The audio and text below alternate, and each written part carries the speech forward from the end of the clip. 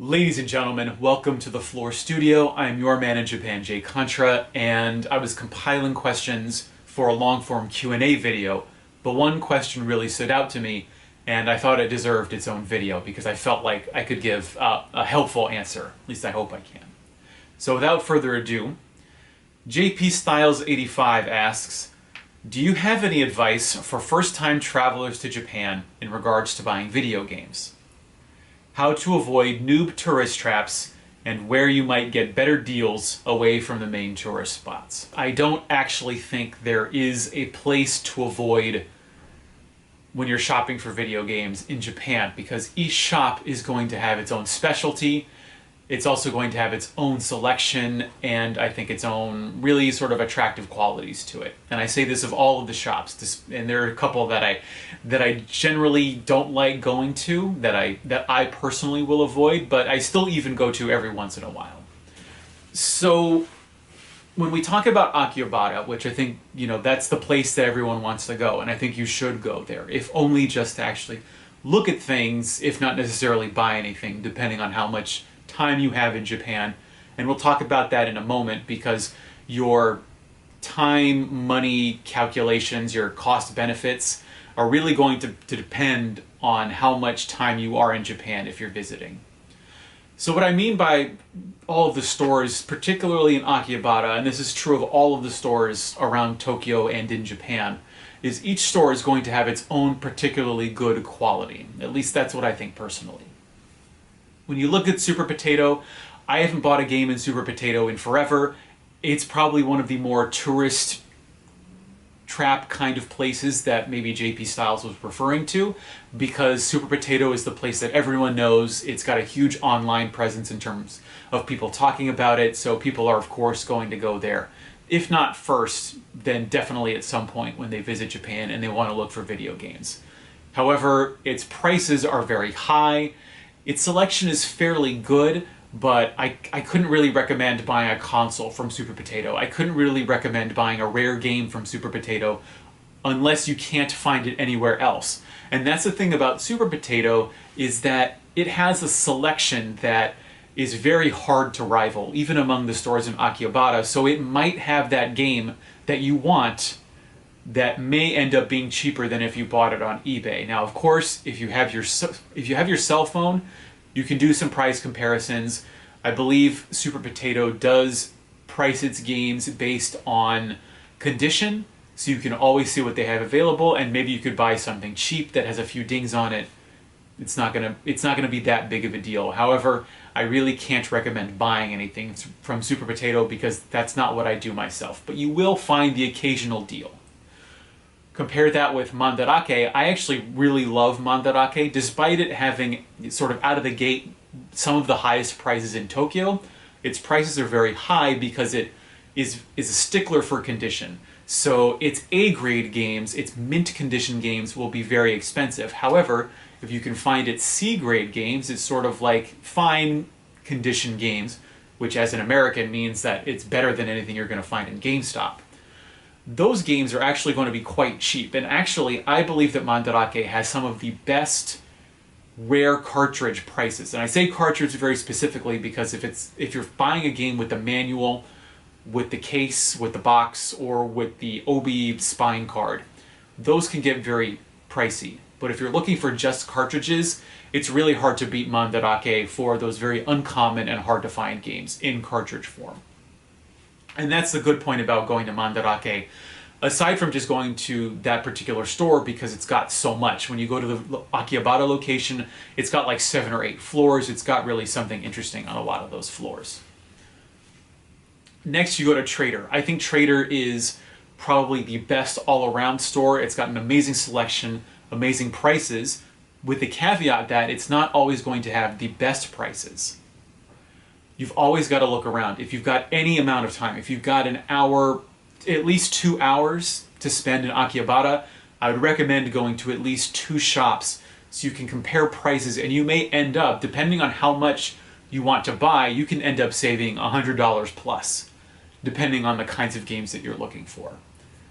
If you only have like 30 minutes to spend in Akihabara, just go to Trader, buy a few games there. You're not going to be disappointed. Then we get to Retro Game Camp, which, like Super Potato, actually, I don't think I've ever bought a game from Retro Game Camp, now that I think about it, because its prices are very high. I actually don't think it really has that great of a selection. However, I don't necessarily want to say you should avoid Retro Game Camp or Retro Game Camp Dungeon, its sister store, because it's probably the most accommodating shop to foreign tourists. It's so strange to me that in the last 10 years of the retro game boom in Japan, that none of the stores really accommodate foreign tourists. I think Mandarake recently, in the last couple years, put up an English explanation of its game grading guide, what an A means, what a B means, what a C means. But aside from that, Mandarake is really hard to understand with all of its slabbed games, the long shelves that don't make any sense because they're all arranged alphabetically. Whereas with Retro Game Camp, all the games are front-facing, they show off the beautiful colors, they show off the labels, and also, interestingly enough, a lot of the games, when we're talking Super Famicom and before, all of the games, at least from what I saw the last time I was there, had their save batteries replaced. And that could be a $5, $10 value depending upon your soldering skill and how much a tabbed battery is going to cost you. So I don't want to say avoid Retro Game Camp. Avoid its showcase because it's not really going to have anything particularly rare, and the games there are going to be much more expensive compared to just literally walking down the street. That's what I also want to emphasize, is that even if you have a short amount of time, all of these stores are within a 5-minute walk of each other. So if you just go walk quickly through, if you have in mind what you're looking for beforehand, it's very easy to hit a bunch of shops in very quick succession.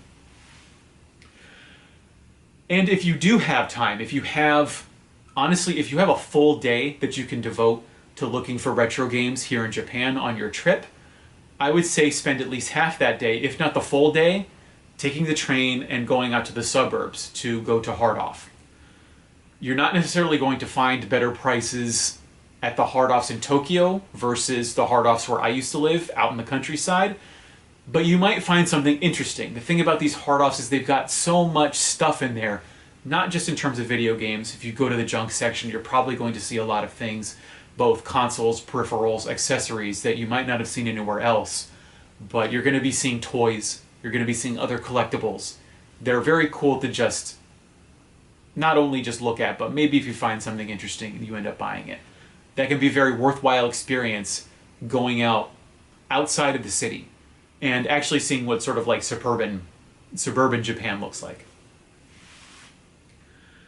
But if you only have half a day, I would definitely spend at least half a day in Akihabara plus an extra day going around to the suburbs and also looking at book-offs that are outside of Akihabara if you're looking for retro games. The thing about the Akihabara book-off is it's got great modern selection in terms of prices. I think you can even get Wii U's there. You can buy consoles for like 5,000 yen for like $50, which is absolutely insane. But it's old stuff like Game Boy Advance SPs, older consoles. I don't know what the book-off in Akihabara is trying to do, but the prices there are ridiculous because you can go to the book-off in Shinjuku, you can go to Yokohama. I would highly recommend going to Kanagawa Prefecture or going to Saitama and going to the book-offs and the hard-offs there, because those are going to be slightly cheaper and maybe even have a better selection than what you might find when you head outside of Akihabara, but you stay limited to Tokyo. But to wrap up, I'm not going to say to avoid any particular place. I can tell you the places that I don't buy video games at, like Super Potato, but it's still good to go there because that is sort of like the mecca. That is the sort of template of a lot of video game shops that you'll see elsewhere in Japan. You can see the origin of a lot of retro game shops in Super Potato. You can see games that you might not see anywhere else, but treat it like a museum. Look, but do not touch unless you've got a very large pocketbook. Go to Mandarake, maybe just look and don't touch, but if you can find games that are deemed as less than mint, You can save a lot of money that way. I would avoid Retro Game Camp unless you want to be sure that you can actually save your game, because they will replace the battery unlike a lot of other shops here in Tokyo. And maybe avoid the Book Off in Akihabara if you're only looking for retro games. But again, I think if you have the time, you should visit all of these places, see what they've got, shop around, compare prices. You can save a lot of money doing that way. I know I have saved $20 plus on some games just literally walking down the streets. Walking down the street 5 minutes from one shop to the other saves you some money, but the cost is your time. So just keep that in mind. I've rambled on for way too long. I've probably misspoken more than a few times, so I'm going to end it here. If you've got any questions, I want to do a Q&A in a couple weeks. Leave a comment if I've missed anything, if you've got any suggestions for where to go in Tokyo. I haven't been everywhere. I'm always looking for new places. Again, leave a comment, leave a question. I've been your man in Japan, Jay Contra, saying thanks for watching, see you next time, and mahalo.